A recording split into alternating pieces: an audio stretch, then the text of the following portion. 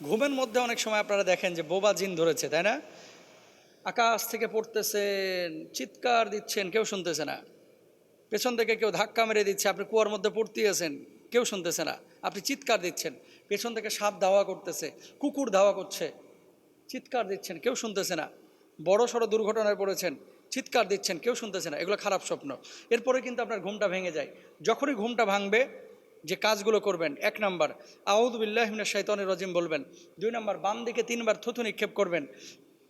3 number অজু করে এসে ডান কাত হয়ে শুয়ে যাবেন। যদি এটা করতে পারেন, ইনশাআল্লাহ এই ধরনের স্বপ্নগুলো আর দেখবেন না। আর এই স্বপ্নগুলো দেখার পেছনে একমাত্র কারণ হচ্ছে বদজিনের আসর এবং শয়তানের ওয়াসওয়াসা। বদজিন থেকে বাঁচার জন্য পারলে সূরা বাকারাটা বা আয়াতুল কুরসিটা লাউড স্পিকারে না, মৃদু আওয়াজে এটা ছেড়ে তারপরে ঘুমায় যান। মাঝরাতে যখন জাগ্রত হবেন তখন অফ করে দিলেন, বা ঘুমানোর সময়, ঘুমানোর আগে অফ করে দিবেন।